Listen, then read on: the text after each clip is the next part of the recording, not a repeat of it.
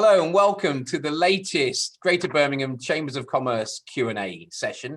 And today we're talking all about knowledge transfer partnerships. And I'm delighted to be joined by John Richards, who's the Director of Knowledge Exchange at Chamber Patrons Aston University, and also Steve Pitchford, who's the Operations Director at Majestic. Hello, both of you. Hello, Paul. How are you doing? I'm very well, thank you. Very well. So knowledge transfer partnership. So I think to start us off, John, if I'm going to come to you, I mean, exactly what is a knowledge transfer partnership and how does it work? Hi there. Good morning. Yeah, KTP is a fantastic program. It's possibly one of the government's longest running programs. It's been running for 45 years. It's the government's flagship program. It's probably the largest knowledge transfer program in the world, frankly. So there's about 1,000 of these projects running across the UK at any one time.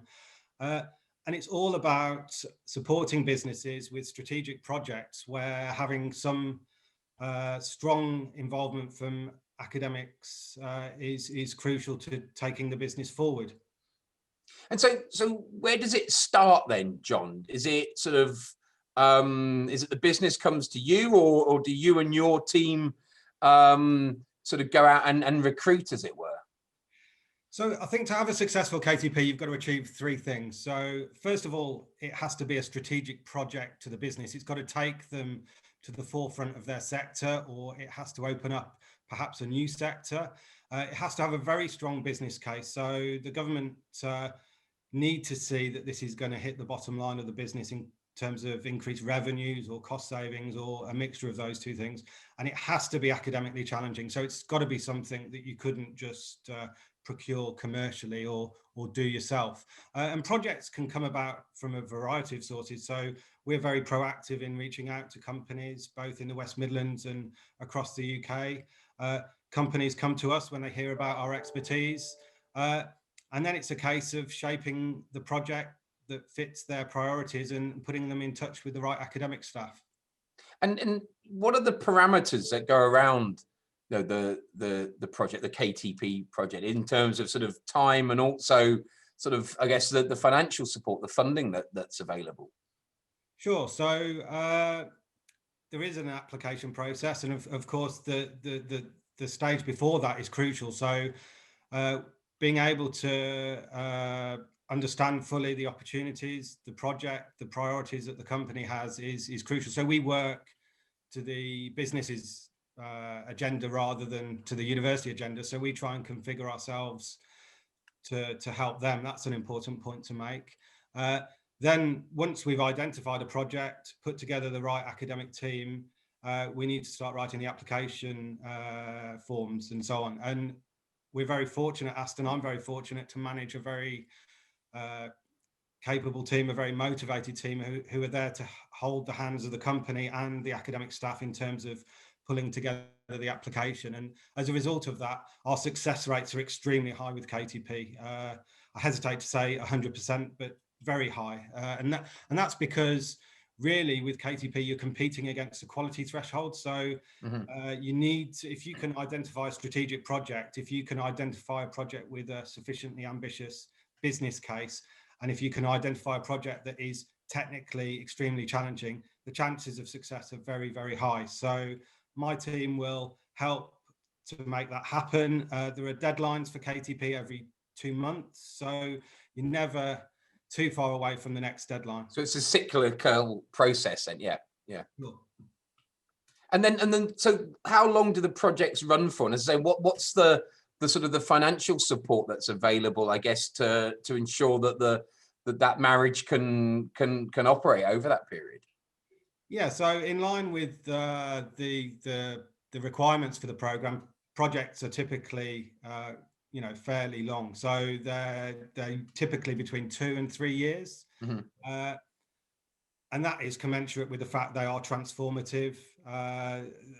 They need to be game changing, and in order to do that, you need a reasonable amount of time. Government funding is very attractive. So for SMEs, the government put in approximately 2/3 of the costs, with the remainder coming from the company in the form of a cash contribution. So this isn't one of those programs where companies can contribute in kind. It's a real cash contribution. But for that, they get a full-time associate, a member of their staff, if you like, who is embedded within the company to deliver the project. They get half a day a week's academic consultancy to transfer that knowledge and supervise the project.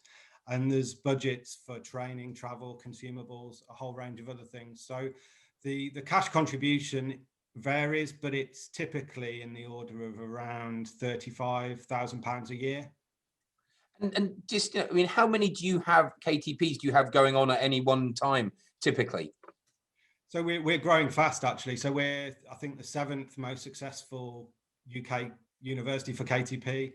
And we've got 29 projects at present, but we've got a target to grow that to 40 in the next few years. Great.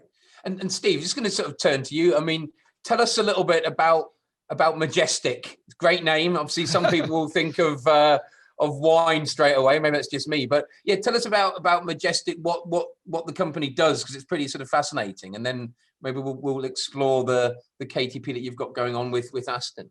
Oh, sure, Paul. I think we're in typical Brummie fashion, a little bit of an understated success story of the region.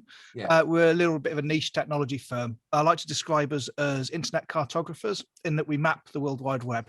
We create a specialist resource that allows digital professionals like search engine optimizers and domain name traders to really get a hook on the value of certain key public relationships, link building, and making sure that people's sites are visible in Google and have effective online digital PR.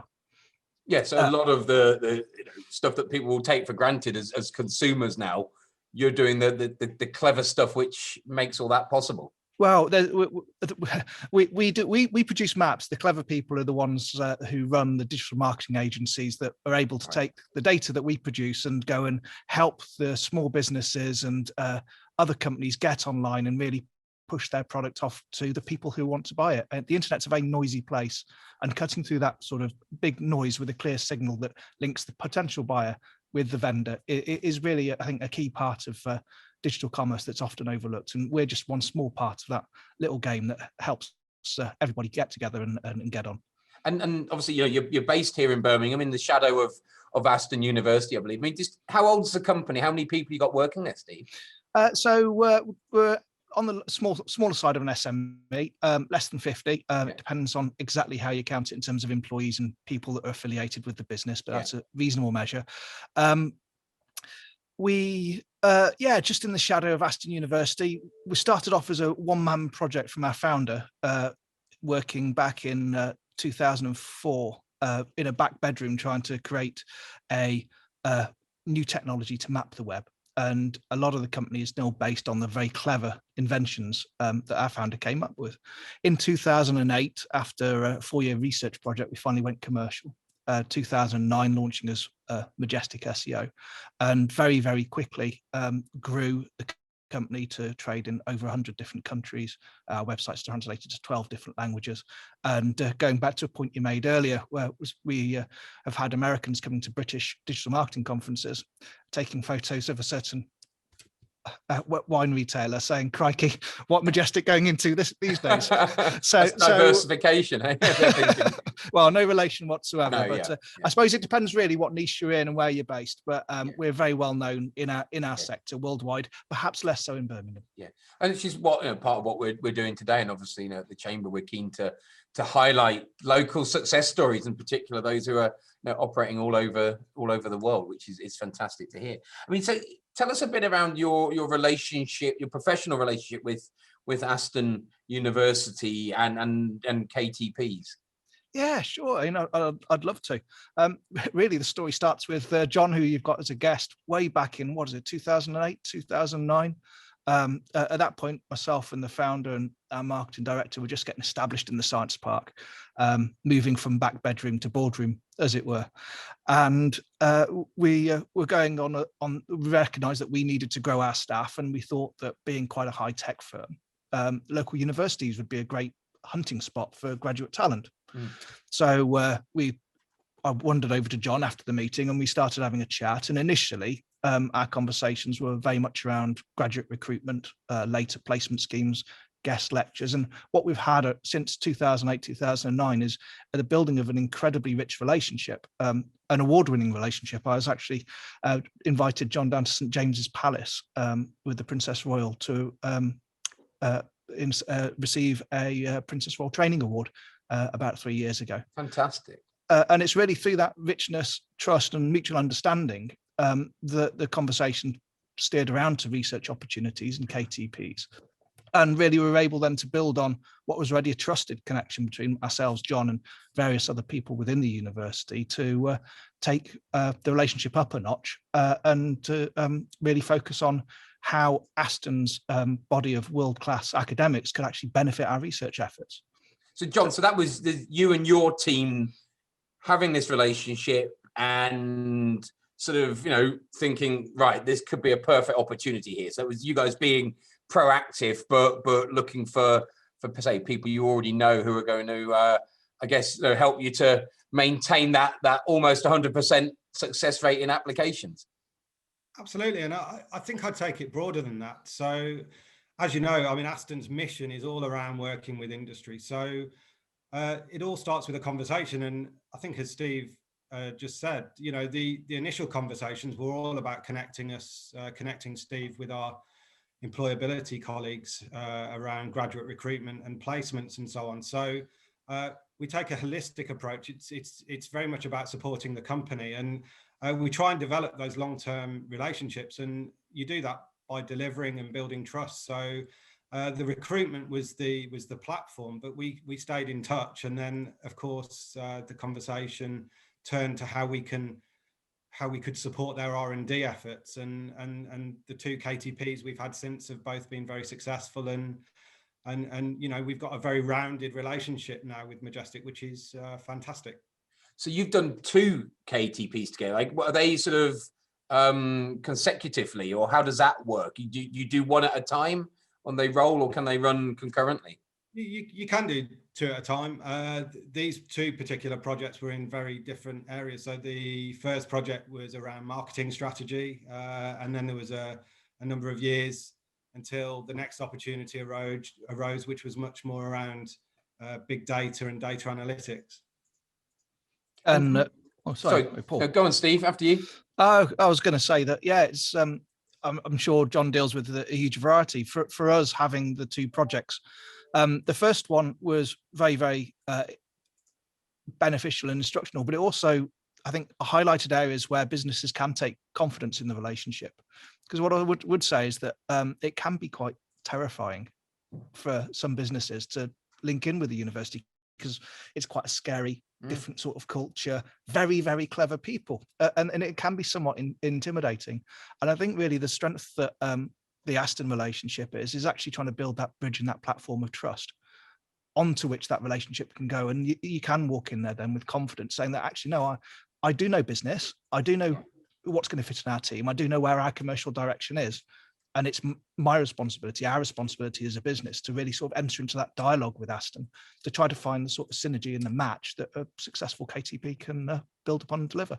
No, I mean, relationships are so key, aren't they? And as you say, some of the sort of invisible barriers that can exist, not just around KTPs, but just, in sort of, doing business or looking for effective partnerships.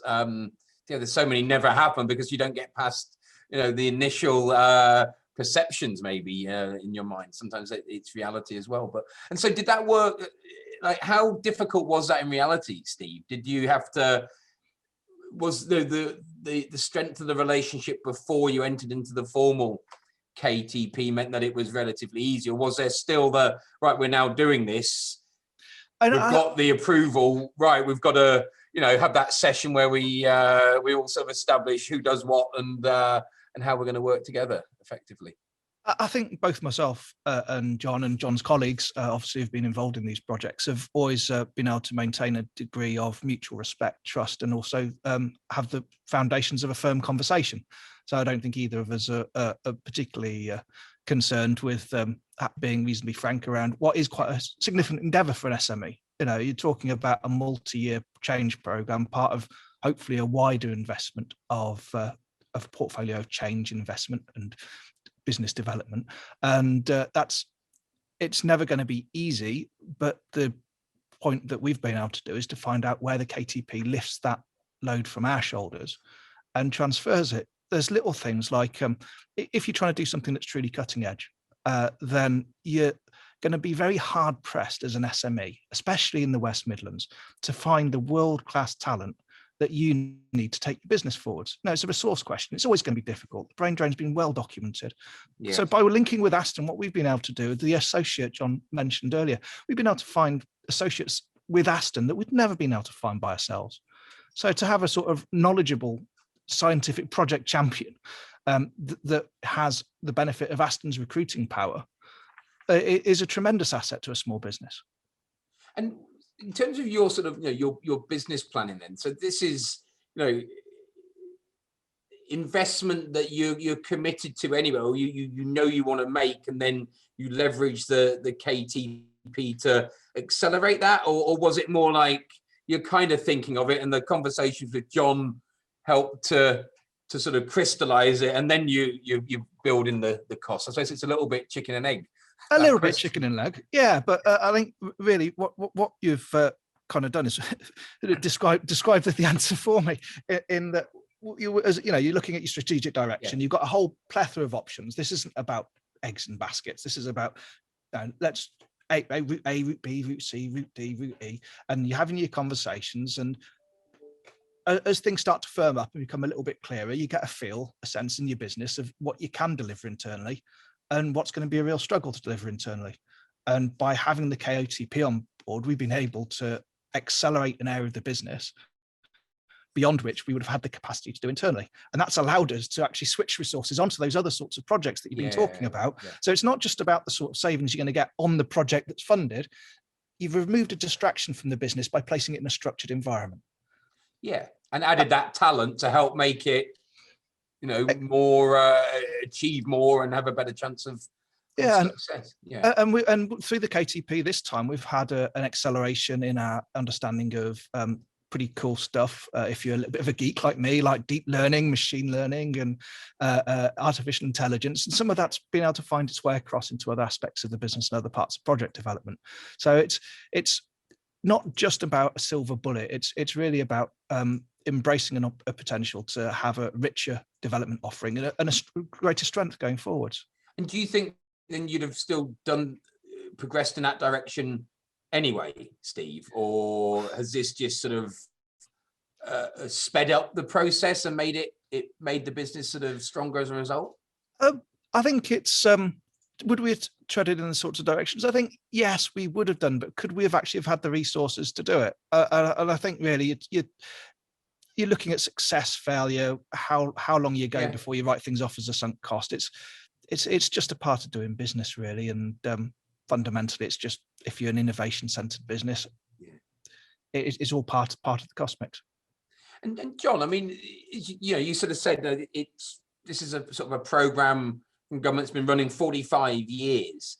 What are the barriers to spreading the word? Because it's something, obviously, the Chamber works closely with universities, and so you come across sort of KTPs, but I'm not sure that it's a program that's as widely known as maybe it should be in the market, or amongst certainly particularly SMEs who Steve sort of articulated have some ideas, but how do they find the path through? I mean, what's your take on that and the challenges that you have? Even taking the 29 projects that you're working on right now and scaling that up. I think it is a challenge, and it is something of a surprise because, as you say, it's been running for so long and it's such a big program and it has such a transformational impact that you would expect it to be more widely known. I think that is absolutely right. What you do find, though, is that companies that have collaborated with KTPs, either at Aston or other institutions, are often highly passionate about its impact. So we've got to do more to spread the word, and this is great that we're here today talking about KTP.